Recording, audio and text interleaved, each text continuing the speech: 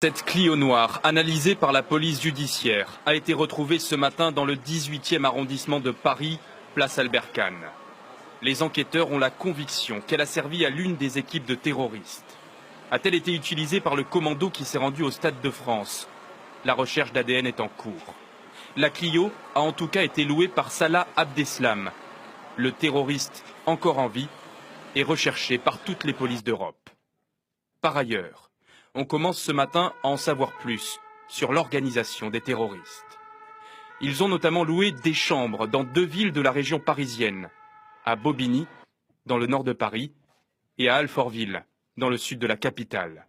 À Bobigny, les jours précédant les attentats, le commando a résidé dans ce petit pavillon où ils avaient une réservation jusqu'à aujourd'hui. La propriétaire n'a rien remarqué de suspect. Très gentil, oui. Et ils n'ont rien laissé apparaître. Voilà, c'est des gens sympas, corrects, bien habillés.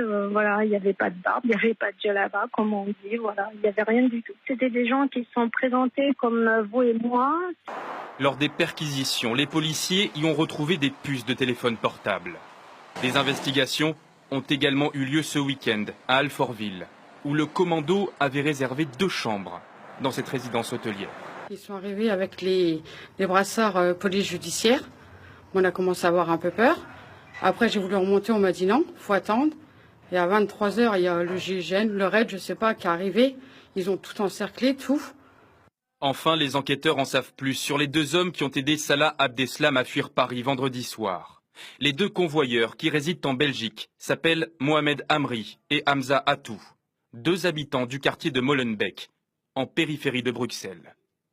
Actuellement en garde à vue, ils affirment avoir simplement rendu un service à Salah Abdeslam sans savoir qu'il venait de commettre un attentat.